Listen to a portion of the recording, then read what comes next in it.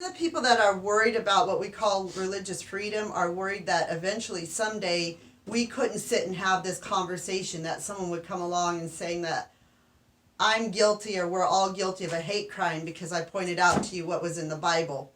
I hope we don't get to that point, and I certainly would never recommend hating anyone, because I will tell you, the first lesbian person I ever met was in the Army way back before something called Don't Ask, Don't Tell. She could have gotten into a lot of trouble for being lesbian. She admitted to me she was. She didn't try and do anything inappropriate to me, but she just trusted me with her secret. And so I think it would be sad someday if somebody came and said that I was a hate monger because I'm trying to teach the Bible directly, when I know way back in the day, before anybody else was even talking about trying to be kind to people, that I kept that young lady's secret. Anyway, moving on from that, do you guys kind of understand both sides of it? It is a sin, but we're not going to be hostile and hateful. Got it? Okay. Going to move on to 7th commandment. And we are on now page 105. So, Jessica, are you there with us somewhere? Yes, you are. You're in the shadows. Jessica, would you read the 7th commandment on the top of page 105? It's in the little box here. Okay, wait. What page is it? Page 105. 100.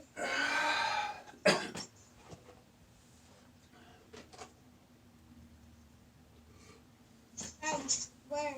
On 105, which one? Page 105, what's in the box up there? Oh, okay. The 7th commandment. You should not steal.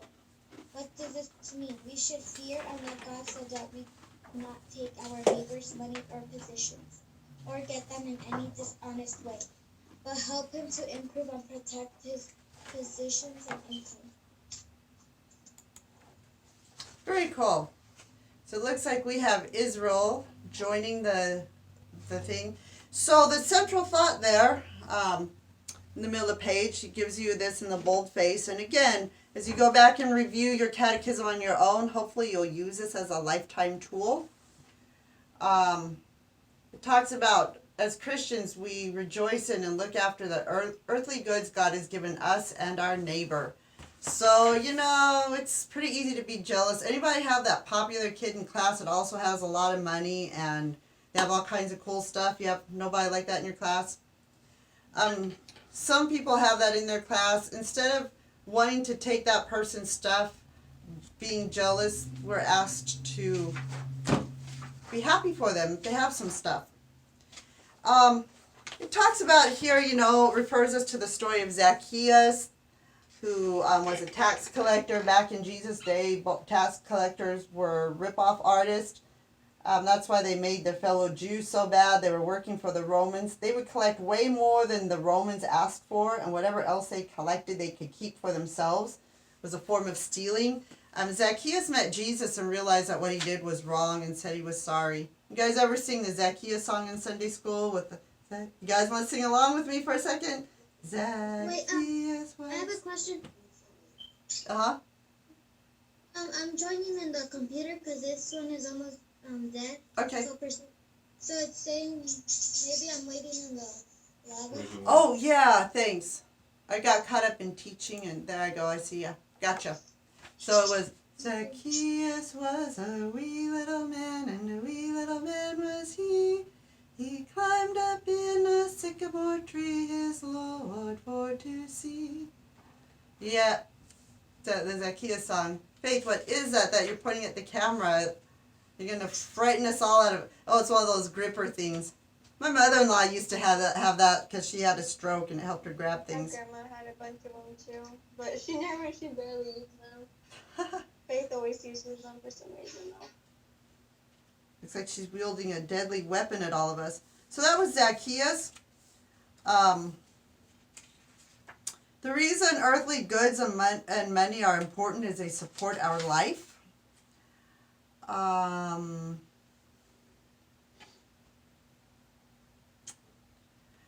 The We're going to take an aside here on question 79. How do we fear and love God in keeping the seventh commandment? We fear and love God by not taking God's earthly gifts from our neighbors, such as stealing neighbor's possessions. So we're going to take a look at somebody named Judas Iscariot. Anybody remember something about Judas? Judas Iscariot, one of Jesus' disciples? Yes. Somebody said yes. What do you remember about Judas? Was that you, Yosia?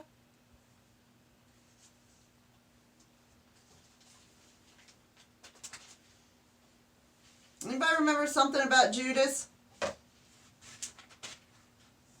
Well, he was the one that later on betrayed Jesus for 30 pieces of silver, which back in the day was a price for a slave. Remember we just talked about slave traders a little bit ago?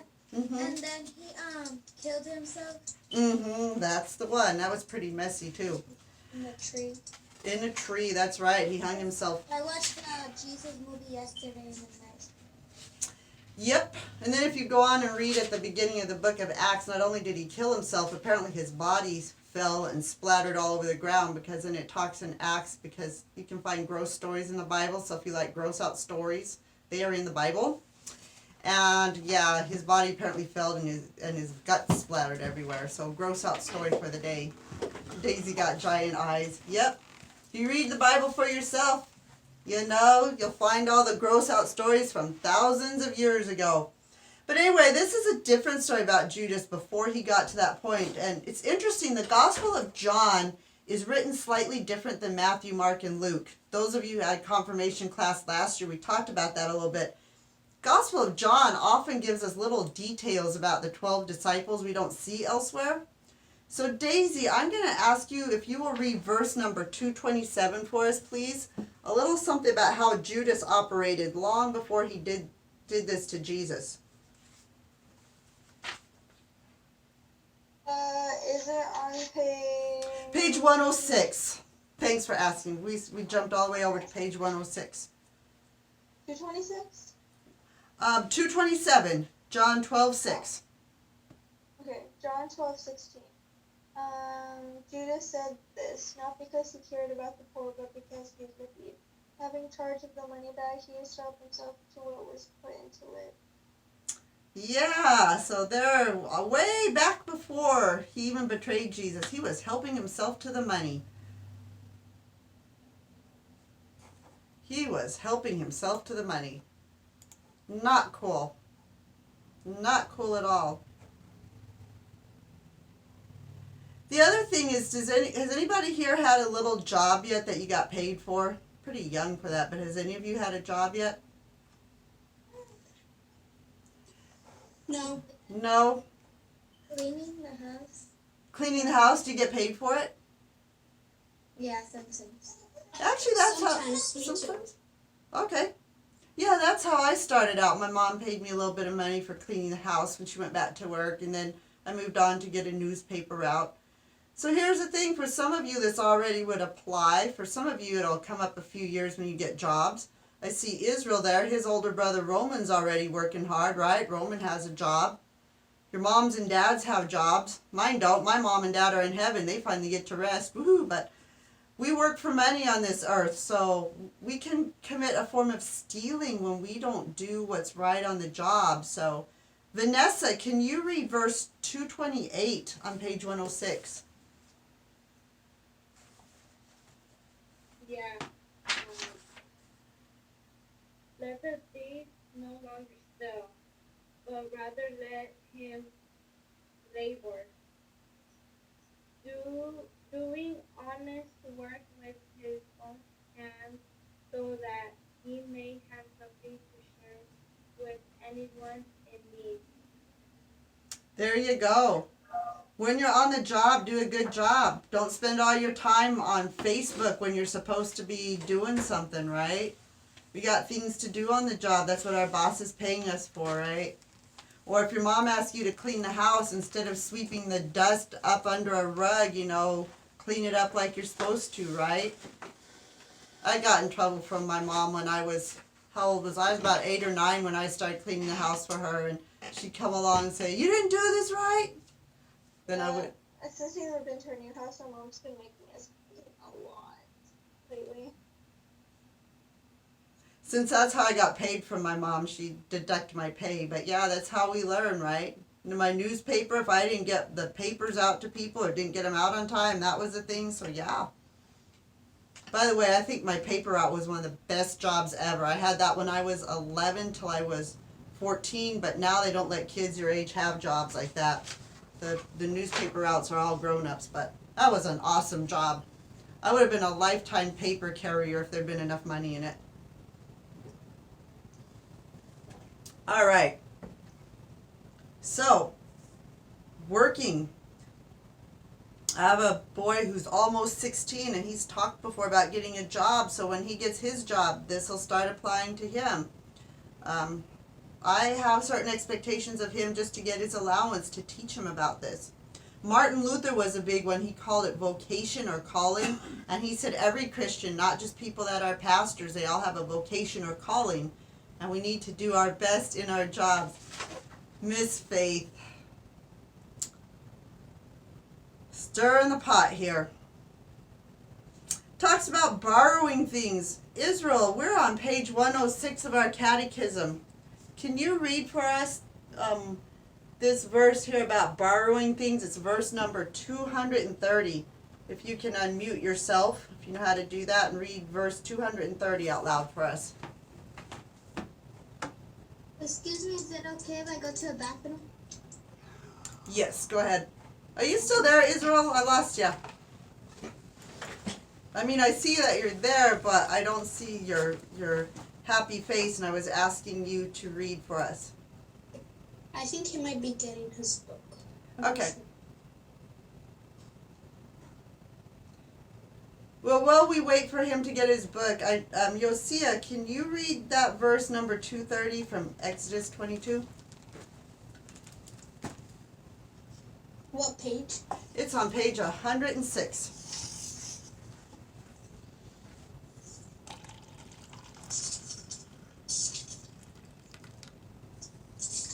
What number is it? Number 230. We're talking about borrowing stuff.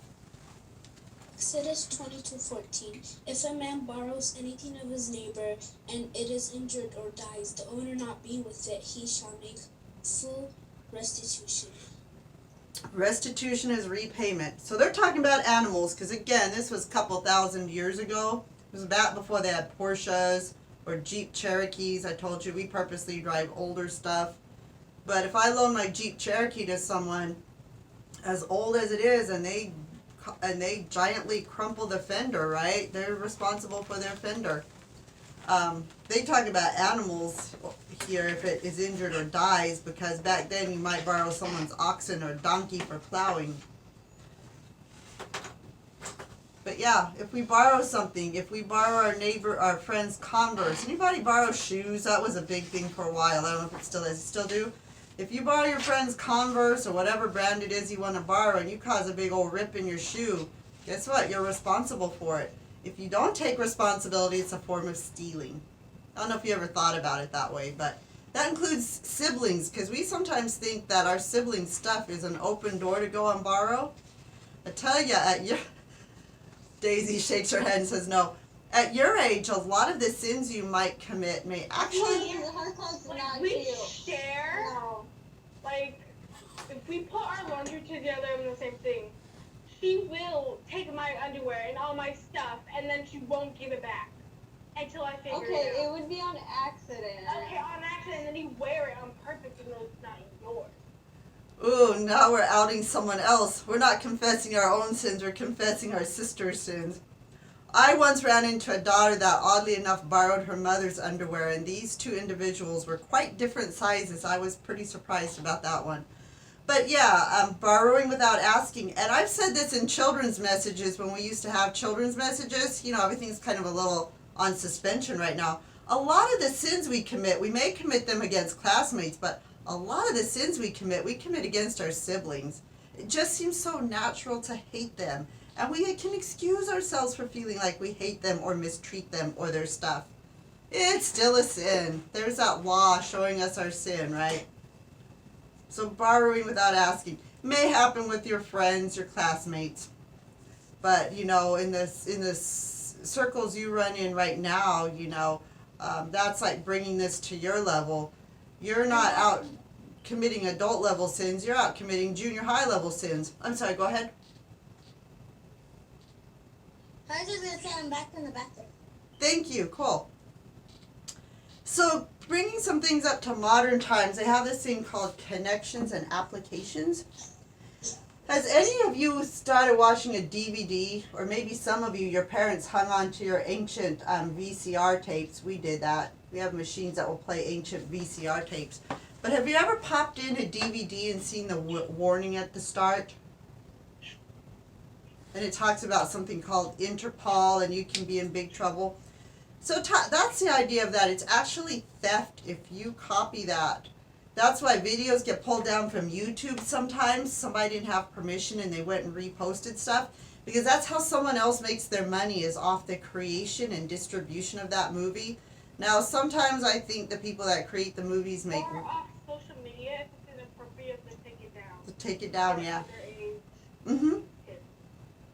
That actually speaks sometimes to the not lying, which is the 8th commandment, if it's a falsehood, or the 6th commandment, if it's foul, vile, pornographic stuff. The pornography falls under 6. This is piracy, intellectual piracy. We hear about spies from China, corporate spies that try and steal our corporate secrets and go and make stuff in China, even though someone in an American corporation developed it. That's a form of theft. It basically talks about stealing anything that's copyrighted. I run a poetry blog. You don't have to look it up to flatter me, but I run a Christian nature poetry blog because I print some of my own stuff, but I also print some stuff that is by other writers, because I'm not making any money off advertising, and most of what I publish is so old it's in what's called public domain. I can reprint it, but I need to give credit to who wrote it. But if I were to, that's an interesting effect, Yosia. If I were to try and make money off the ads on my blog using other people's poetry, I would be breaking the law first of our nation and breaking the 7th commandment, because I'd be trying to make money. So I decided to run a free blog so I can use other people's poetry.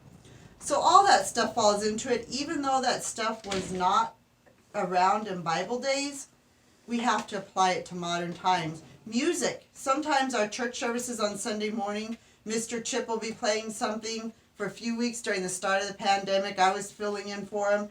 Well, if something is in copyright mode and somebody on Facebook detects it, they'll block that from playing, and there'll be just a silent spot there.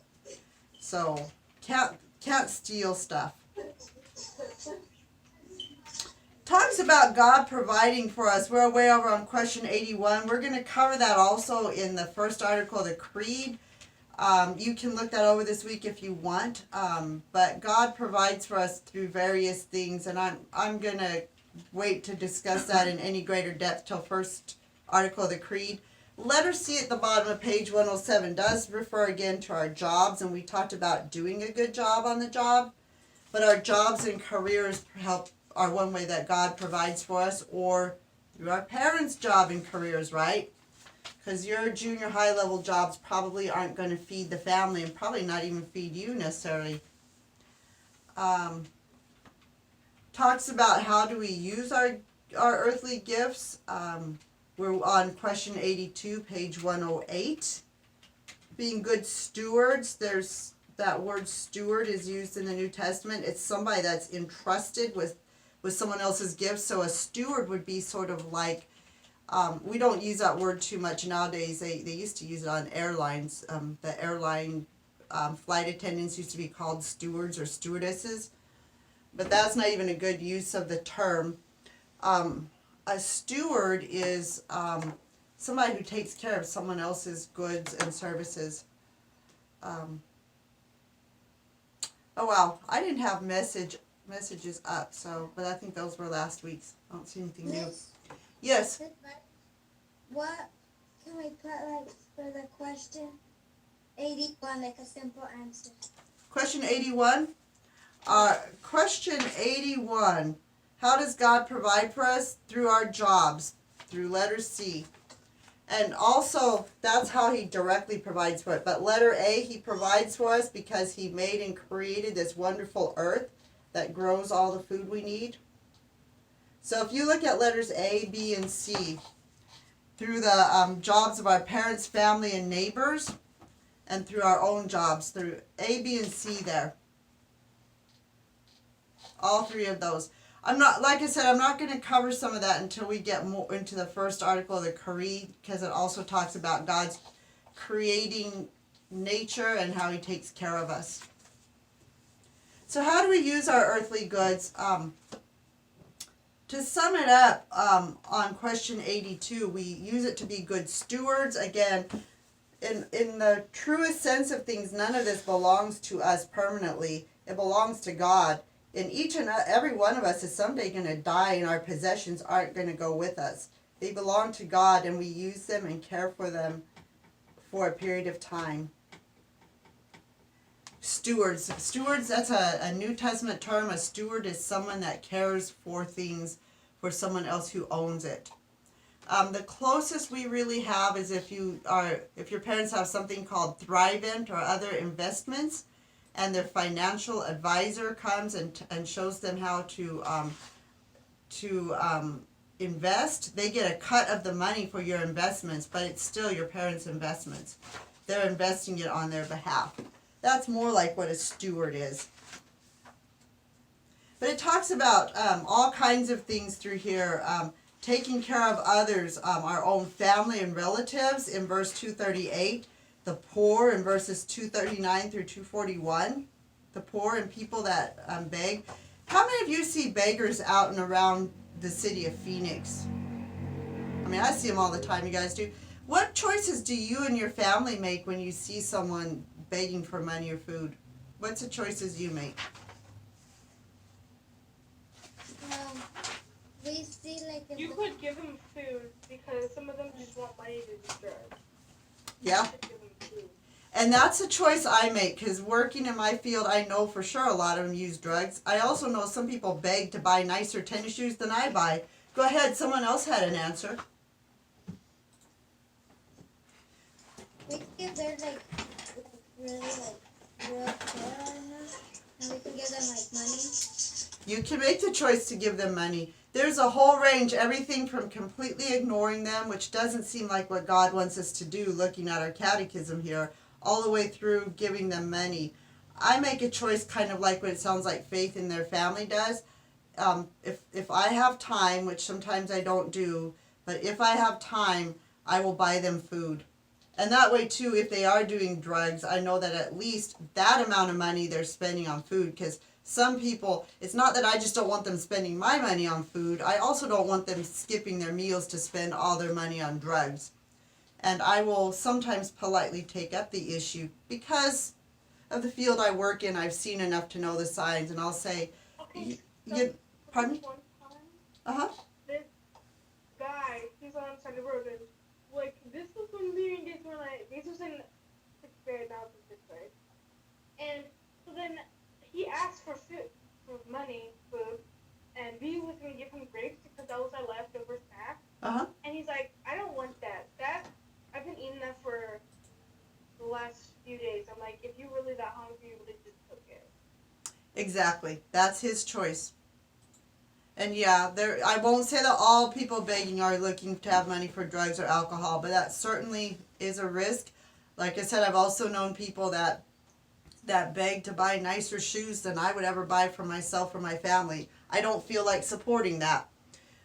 It's certainly a personal choice. God asks us not to ignore them, because even if we want to say, well, it's kind of your own fault, you're on drugs. Well, yeah, but there is still God's love, and I make the choice to go ahead and buy them food. If I'm way in a rush, way too busy, I sometimes just say, I'm sorry, I'm busy. And I've just taken to telling them outright I don't give out money. And I've never had anyone harass me about that. But different choices. And then it also says, we're still in question 82, how else do we use our earthly goods. And it talks about giving to the church, because the church costs money. We got utilities, you know, a little bit of a, this may sound a little self-interested to bring it up, but pastor does have a salary because he works here all the time. It's not like he can go out and get another job. If he did get another job, then he wouldn't have time to do as many things around here. So we give money to the church for that reason. And there's a couple Bible verses there from Corinthians and Galatians. And then all creation, we take care of all of nature. That's kind of the environmentalist thing. We're going to talk about that more again with the first article of the Creed, that the Lord God, Yahweh God, put man in the Garden of Eden to work it and take care of it. That was even before humans sinned. People worked before there was sin in the world, but their work was a joy, and they were made to take care of the earth. So that's the seventh commandment. Please, in your own time, you know, if you have questions about more of this, you can read all of the verses that we didn't read, and anything that's in a boldface and not written out with a number by it also refers to something in your Bible. This is a tool that can help you dig into your Bible deeper. I have a question. Yes, ma'am. Are we getting out at 3:45? Somewhere around there, 3:30, 3:45. We started a little better today, and we're making tracks pretty good, so we may be able to get out at 3:30 today. Everyone else, but not her. Okay. Pastor said to tell you everyone else gets out at 3:30, but you. You have to stay longer. He's just joking with you, because he likes you so much. All right, 8th commandment. Israel, are you there with us with your catechism? Can we get you, we're all on the top of page 110. Can we get you to read what's in the box on the top of page 110, Israel?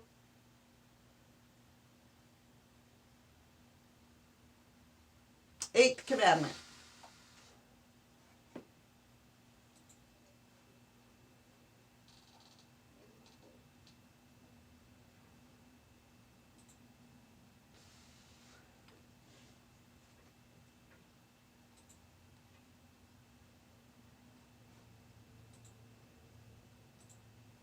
You shall not give false testimony against your neighbor.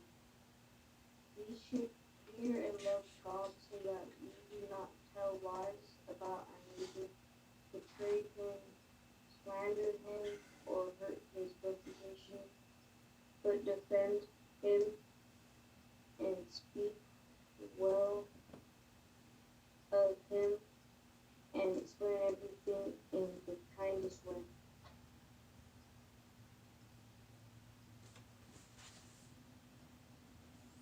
Thank you, Israel. Did you get that? I did. Did everybody else hear that okay? Following along okay? Thank you. So the central thought, as Christians, we seek to improve and protect the reputation of others so they will think well of them. Now, when we talked about the law earlier, and I'm going to turn the board a little bit, we're not doing the fornication word anymore, but just the SOS. Oh my goodness. When we talk about telling the truth and supporting other people's reputations, and we're talking about showing our sin, how many of us are committing some sins in this area of lying or saying mean and untrue things about people or destroying their reputations? I don't know if anybody here is willing to do a show of hands, but remember, we talked about how, thanks for being honest, we all do. Remember how I said, for you guys at your age, one of the biggest group of people that you might be sinning against is your siblings. Oh my gosh, is that not a fact? Who, starting from really early, who ate the last cookie? She did, he did, right? Yeah, we don't think about that. That's an 8th commandment thing. Oh, I missed it. Yosia's waiting to get back in. I get so involved in teaching, I sometimes I don't catch the technology. Sorry, Yosia.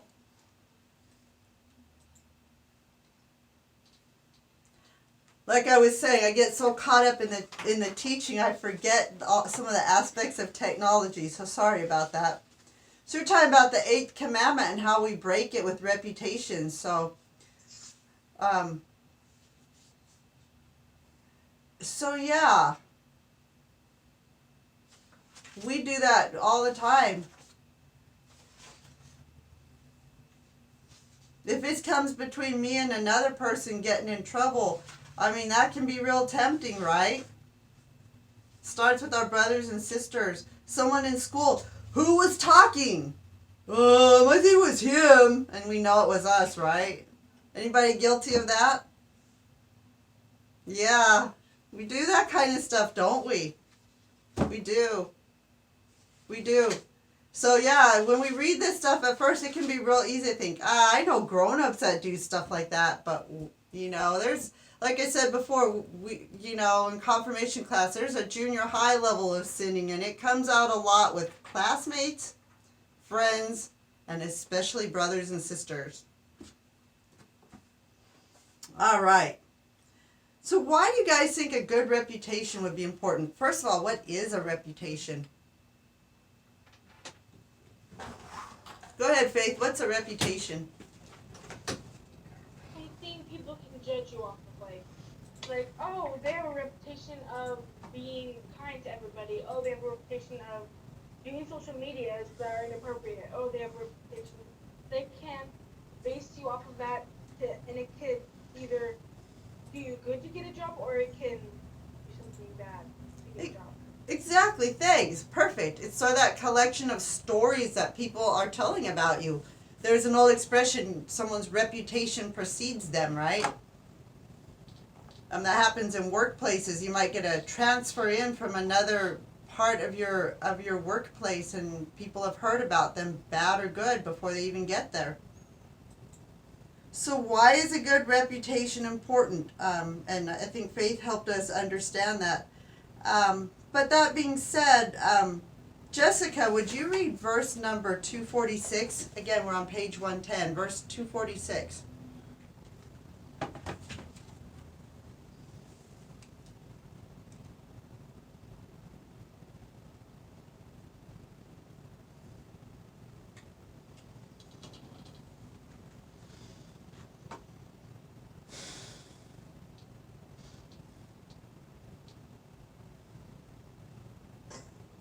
Oh wait.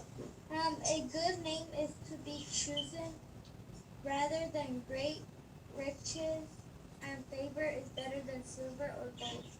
Yeah. Our good reputation is important for us because it talks about silver and gold. It can be important for us for our jobs. To harm someone's reputation could be to put them at risk to not be able to earn a good living, to not be able to go to school.